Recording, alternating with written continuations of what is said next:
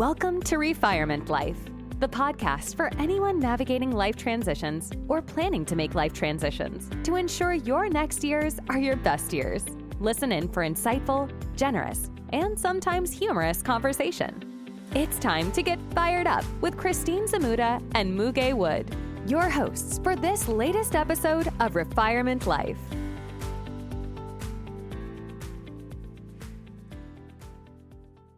Hi, everyone. This is a special edition of Refirement Life. As many of you know, we are in the process of writing a book about how to be irreplaceable in the age of AI. I had the privilege of visiting with one of my favorite leaders in the business today, Amir Capriles. And a little bit about Amir. Amir is currently the Chief Revenue Officer at Granicus, and he has just a tremendous track record of building and leading high-performing sales teams. He has spent the greater part of his career serving customers in the public sector across federal, state, and local government. Most recently, he was the Vice President and General Manager for Pegasystems. Prior to Pega, Amir had sales leadership roles at Microsoft Public Sector and Salesforce. And his background also includes consulting and system integration experience at KPMG Bearing Point. To know Amir Capriles is a privilege. To work for Amir is a true gift in life, and I had that opportunity at Microsoft. So for all the listeners who haven't had the opportunity to cross paths with this wonderful leader, you're in for a real treat. Amir shares some incredible wisdom, so much so that I didn't want to just hold it back for the book, but I did want to share it in this podcast. And for all the wonderful people who are already in the Amir Capriles fan club, you know he will not and does not disappoint. So without further ado, here is the interview we had with Amir. We're embarking on this book project to inspire leaders to really think about the skills they need to develop to ensure that their teams or organizations are irreplaceable in the age of AI. And as I reflected back on the best leaders that I've had the opportunity to work for, you were at the top of the list. So we want to talk first about talent recognition. You've been known for spotting and elevating exceptional talent over the course of your career. What signals beyond resumes, performance metrics tell you someone has real long-term potential? Well, thank you. Thanks for the kind words. You say you work for me, but I think the best way to put it is that we work for each other. We work together. So, but love the question. Love the just kind of the framing of it. So I look for a few things. So to me, what I'm looking for are signals that predict trajectory, not just current performance. And there's a tendency to say, oh, he's a high performer, she's a high performer, and it's a moment in time. And I look for that trajectory. So what do I mean by that? I look for learning velocity and pattern recognition. Today, my current role, I work for a private equity-backed company. Those folks have a master in pattern recognition. There's such a value on pattern recognition. So do they get better? So does the individual get better every month? Do they extract principles from wins and losses? We tend to focus so much on wins, and perhaps some of the best learnings come from your losses and that introspective view of what you could have done differently to have a different outcome. I work in public sector, so complex enterprise and public sector work. The best people generalize what they learn across situations. I look for accountability with self-awareness. I look for energy that scales, not just charisma. So I watch whether they elevate the room, increase clarity, and make others better under pressure. That pressure cooker feeling is a fascinating kind of theater to look for some of those signals. I look for judgment and context. So especially in government, you need people who understand that segments, for example, in my case, behave differently. And how does that look like? Pipeline generation in the sales context in state and local is different than pipeline generation in federal, for example. So to me, that's an element to maturity. And then finally, I look for service mindset plus edge. The best talent balances empathy with urgency, which I know is something that you and I worked a lot and we work closely with. I think there's an element to that, in everything that I do. So I try to model that combination and I look for it. Yeah, yeah. And that's an amazing list. And I think one of the things that really sort of stands out from that list is the pressure cooker. How do people perform under pressure? And AI is helping us in so many ways, giving us information, can somewhat spot pattern recognition. But when things are very difficult and you need that emotional balance and ability to zoom out and not take things personally and be very connected, and as you said, help others do their best work.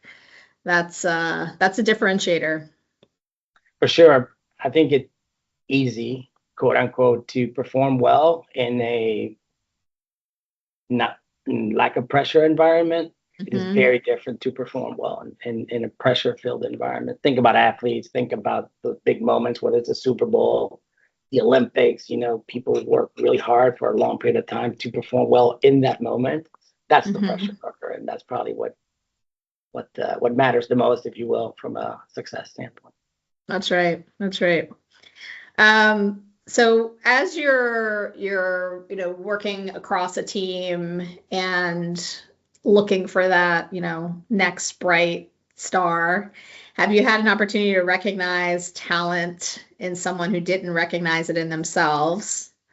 How does that feel?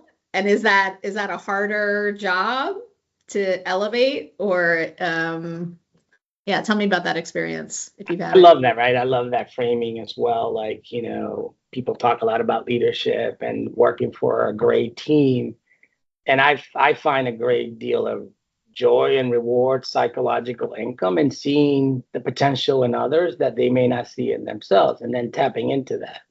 It's so someone, for example, may see themselves as a strong executor, like somebody that can execute and they do well, they perform.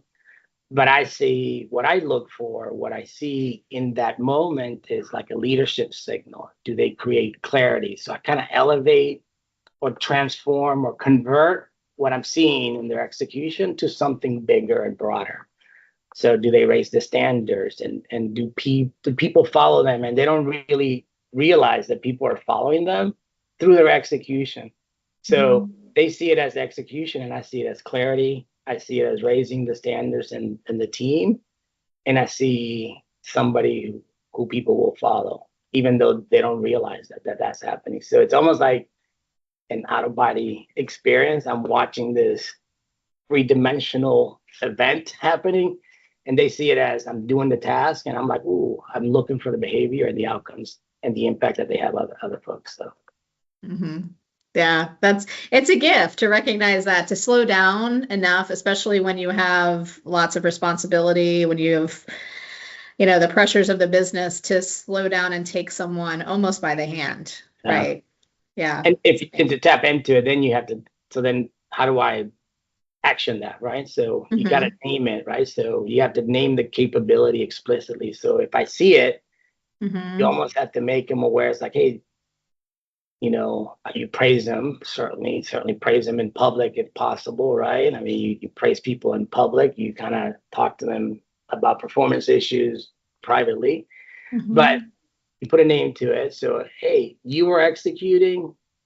I noticed. Did you notice that people were following you? Did you realize that your contributions elevated the team? So you kind of have to name it and put a label to it. Then you have to foster it. Do you give them an opportunity to develop that? And then just invest in them, coaching them, right? You have to coach them to continue to encourage them. So you coach them to a higher bar, not more work. Because that's the other thing that happens. People say, oh, they're amazing. Well, let me just pile on more stuff to them. That's not it, right? This is the whole notion of coaching to the behavior, not to the outcomes. And when you see something like this happen, you just coach them to a higher bar, continue developing in that capability, not let me just pile on more work.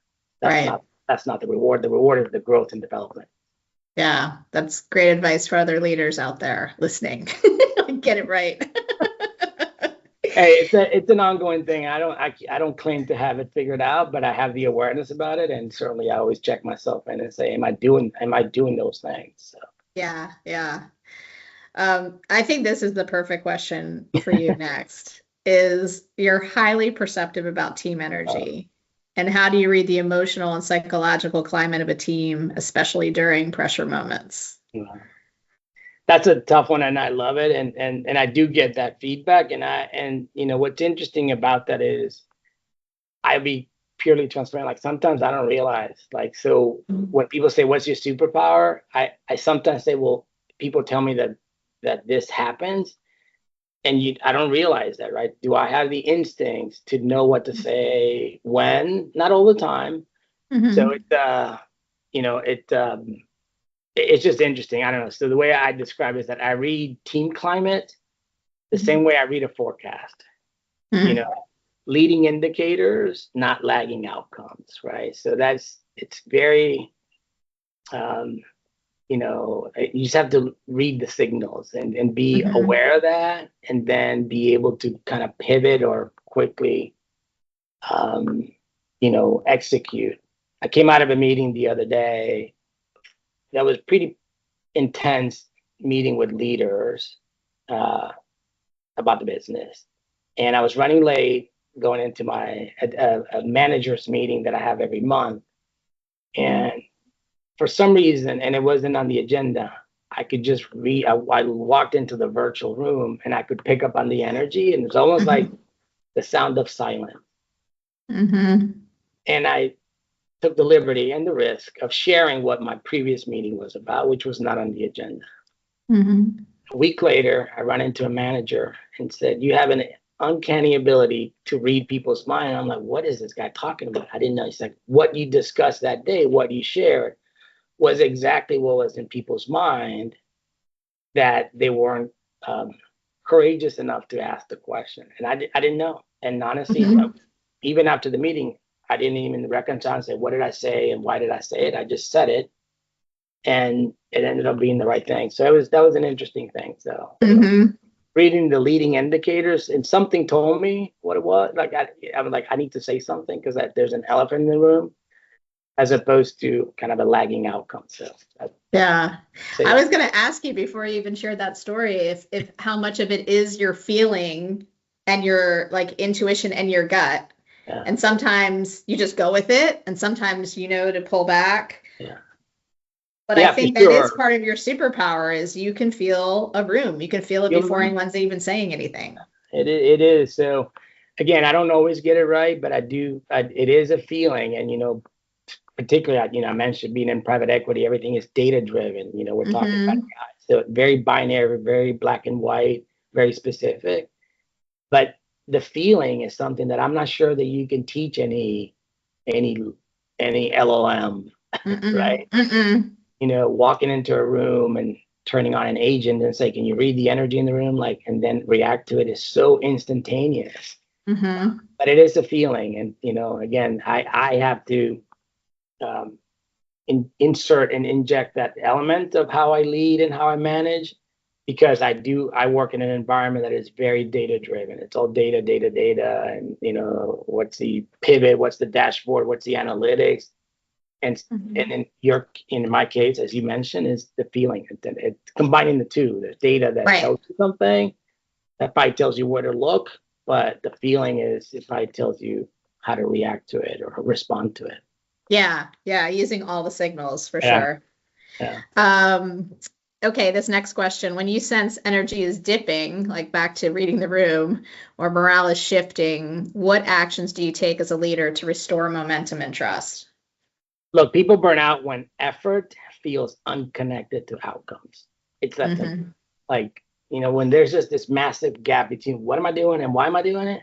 So my job as the leader is resetting the why and the what now.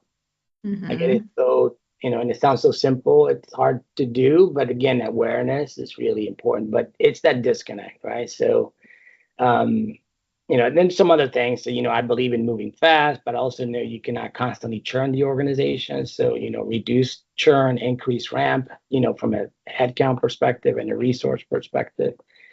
In my case, I have a multi-segment, multi-regional business. So, my plans, I make them specific to their regions. I don't do a one size fits all. Those things tend to burn out folks. If you try to use one size fits all to things, that's just, you want to personalize, again, continue to drive the connection. If you have a peanut butter approach to running a business, you're feeding the opportunity to feel disconnected as to why we're doing things. So just having that awareness. I'd probably do more frequent listening and connection with folks, even if it's less. So maybe if I have weekly one-on-ones that are 1 hour, maybe I'll do them twice a week for 30 minutes. So quicker, more frequent connections. To check in on folks, right? I think a lot of times the opportunity to share and just, not allowing too much time to go from previous connections, because a lot can happen on the frequency. And then obviously celebrate progress that predicts outcomes, not just bookings, pipeline creation, and, all that kind of stuff, but just, celebration. I think that those types of things are fuel that are counter to the burning out. So the burning out can be put off by celebrations, for example. Yeah, absolutely. Yes. Especially when you're doing hard things, celebrating those leading indicators that the team's on the right path. We're seeing the signs of success. It might not all be here yet, but it's coming. Those are great things to do. Storytelling. Let's talk about that from one of the best storytellers in the business. So hoping that you can call back on a moment where you've shared a story to inspire teams and really fundamentally shift the way they saw their work to help them make more progress. Sure. Look, I feel very lucky, very blessed that I work in a mission-based business. So GovTech, obviously you spend time there, you spend time there, like, we're very lucky, right? I mean, the notion of doing well while doing good is a powerful thing, right? It's a powerful thing. So one story I come back to is about why Granicus, the company that I work at, exists, right? While we're GovTech, we're for profit, we're private equity backed. Certainly there's a financial model that goes along, and there's a value creation for the investors and those types of things. And I don't dismiss those are key. But I focused in terms of leading my teams is why does the company exist? So, we exist to help governments rebuild trust by improving constituent experience and service delivery. So when teams get stuck in product features or internal processes or pipeline or the execution of selling, if you will, I tell that story. It just reframes the focus and the work that we do towards the impact that you have. It's almost liberating, right? It's like, I'm not selling software. I'm not selling a feature and a functionality. We're driving an outcome that has impact, whether it's better services for our veterans and the sacrifices they make, access to benefits that, constituents have access to because they lack the awareness that they exist. So it's just shifting the focus and almost shifting the why, right? It shifts perspective. It moves the team from selling software to solving a mission problem. It reinforces urgency without fear. The stakes are real. Like, this is meaningful work. And so is our ability to deliver that, right? And it helps align, cross-functionally so that everybody is rowing in the same direction. So it's very powerful. Yeah. I mean, that's from everything that we've seen in our research, when individuals are tied to a purpose, a greater purpose than just the sum of the parts.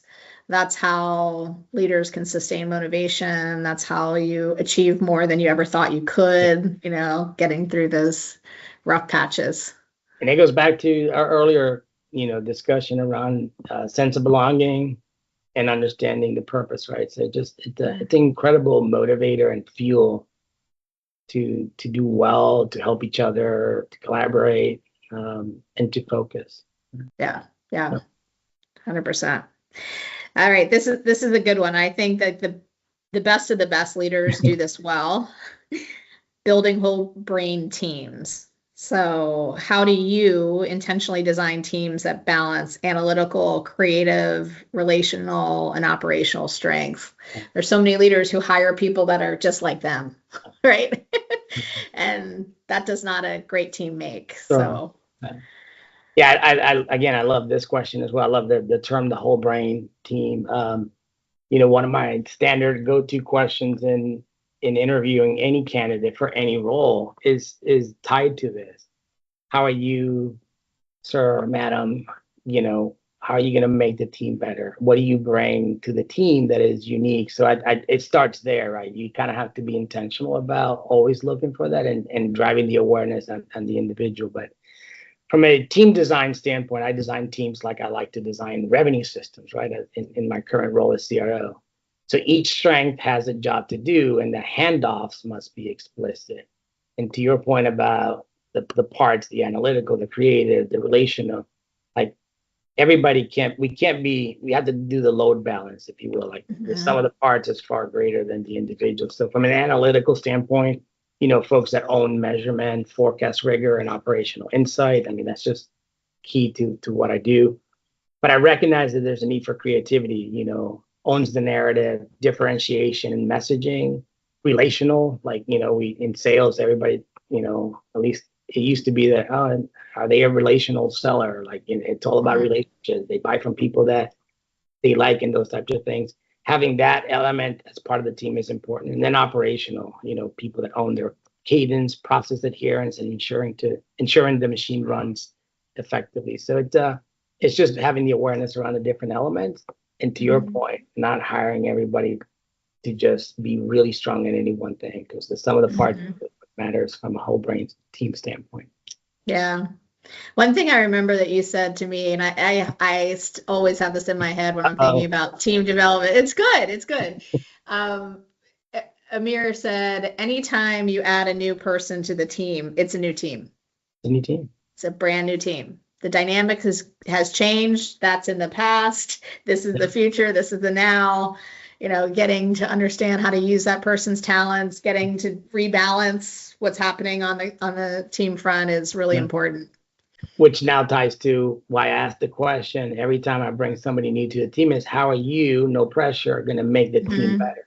So if I have the awareness that the team is going to look, the recipe of the dish is going to change because you're about to add a different ingredient that will bring a different taste, aroma to your dish. So asking that question up front brings the awareness to that individual that they're about to change the chemistry of the team. And the intent is that it continues to elevate it to the next level. So it is powerful, but it could also be, if you're not aware of it, then you may find yourself as a team in a dysfunctional state. You didn't realize the chemistry change. Right. You're reacting as opposed to proactively embracing it. Yeah, absolutely. So here's a good one. Where do you most often see talent being underused in organizations? And I'm sure you've had an opportunity in all of the roles you've done, helping governments do better, helping private organizations do better.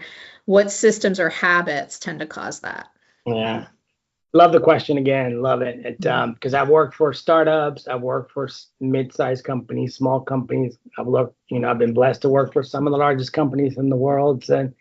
And I spent a lot of my time serving governments, which, have a brand of a lot of red tape and bureaucracy. So certainly, and a lot of it has to do with the sheer size of it. So I most often see talent underused in three places. When systems reward compliance over contribution, right? So too many scorecards can turn strong people into box checkers. Like, I'm doing my job because I'm told to do it, and I'm going to be green on the scorecard, and completely just like having these blinders on about the contribution or the outcomes. I'm green, right? And I have cheesy analogies. I think you know that. To me, that's a watermelon. It may be. I remember that. Right on the outside. So systems that reward compliance over contribution. The other one is, more focused on the leaders. When leaders confuse activity with progress, right? So busy for the sake of being busy, a calendar that is filled with a bunch of meetings, but at the end of the day, it's like, what did I accomplish, right? So if the dashboard becomes the goal, people stop thinking about it, like the creativity and what am I working towards, right?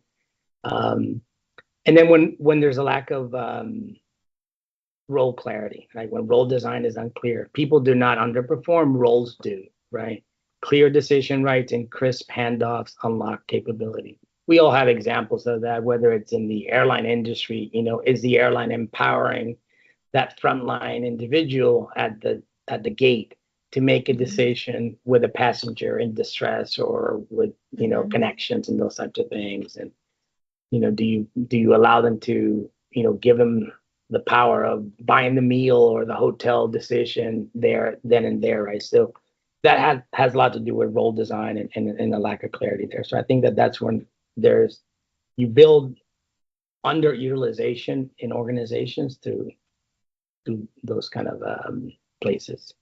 Yeah, the art of the handoff and it actually should be the science of the handoff, because it has to be very precise to make that work across teams. I use us as leaders, our job is to make sure that our seams are not exposed and that their handoffs are clear. When I'm expecting a deal, from a sales perspective, a lot of what I focus on are the handoffs.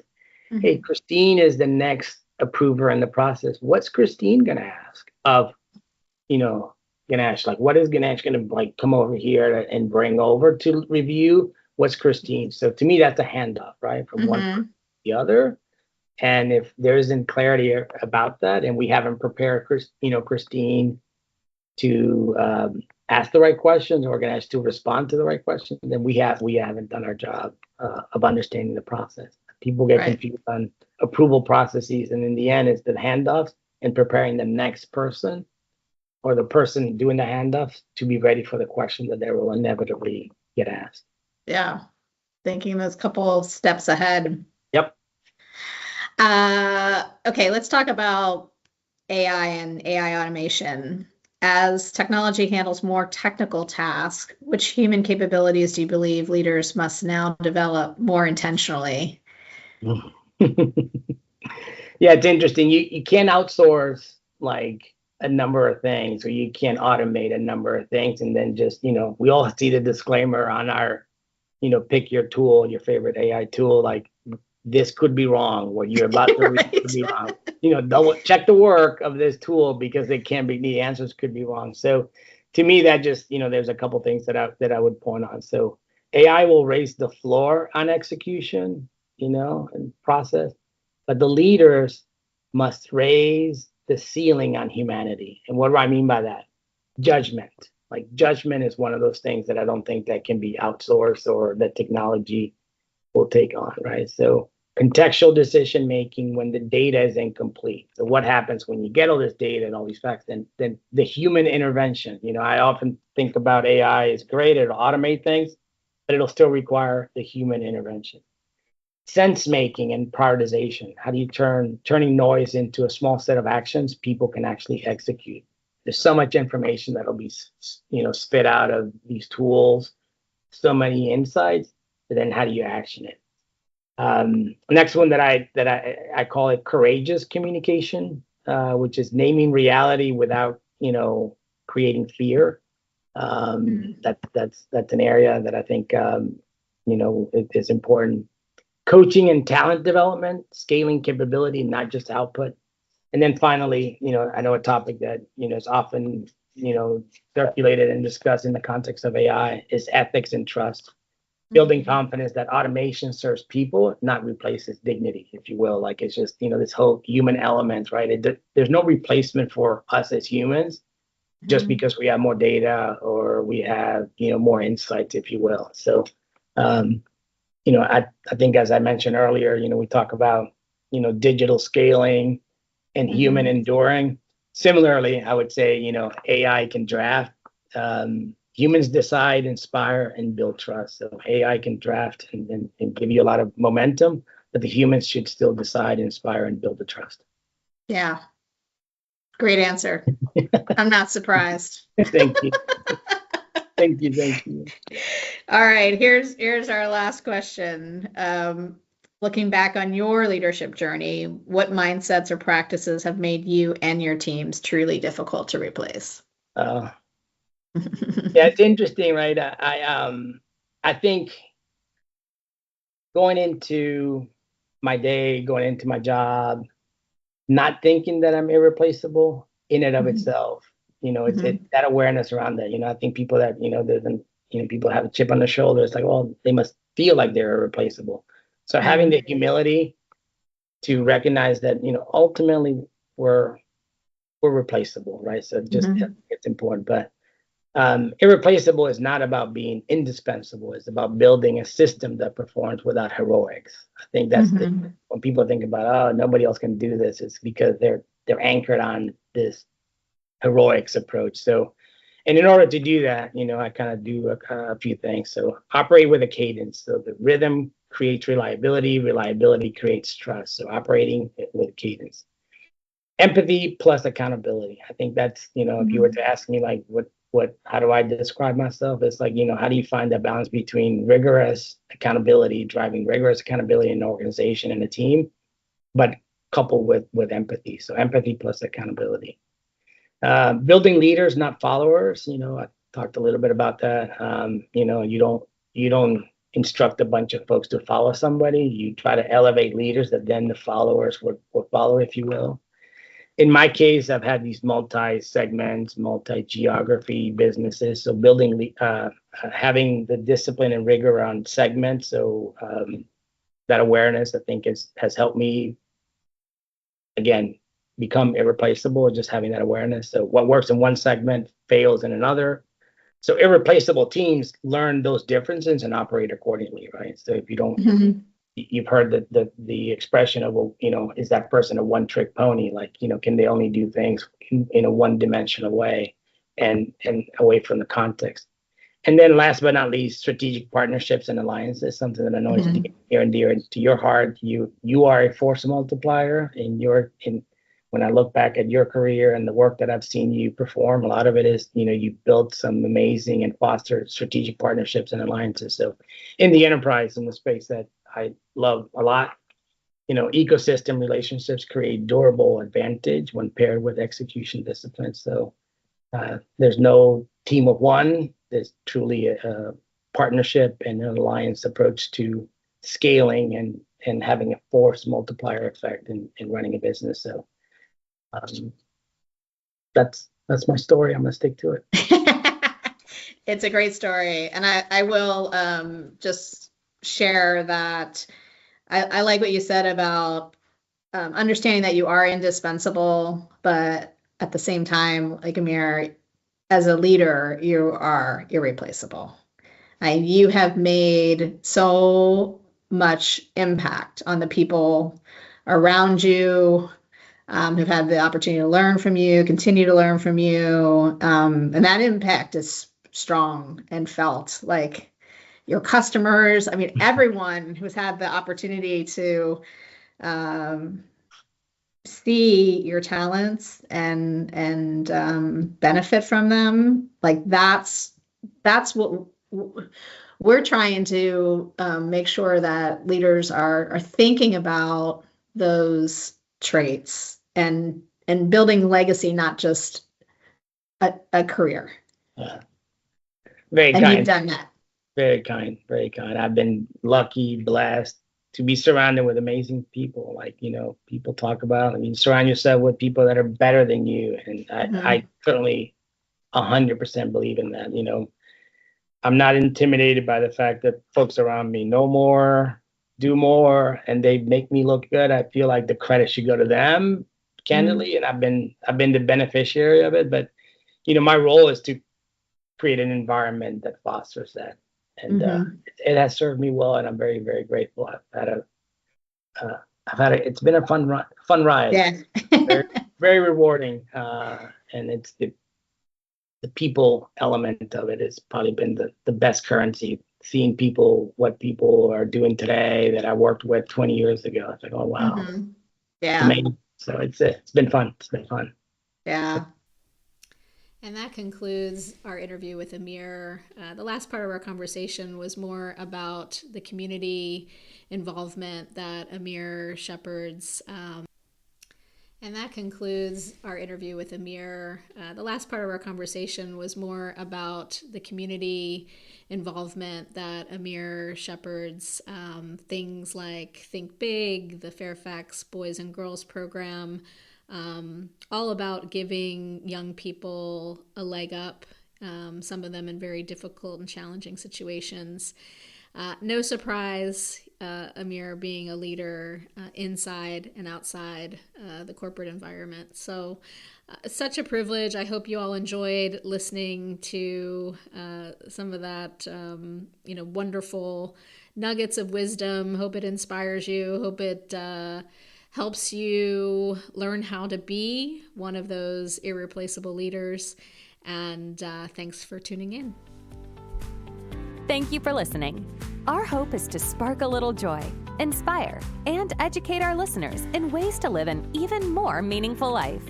If you have reactions to share from what you've heard, please visit our website, refirement.life, to leave a voice message. You may even be featured in a future episode.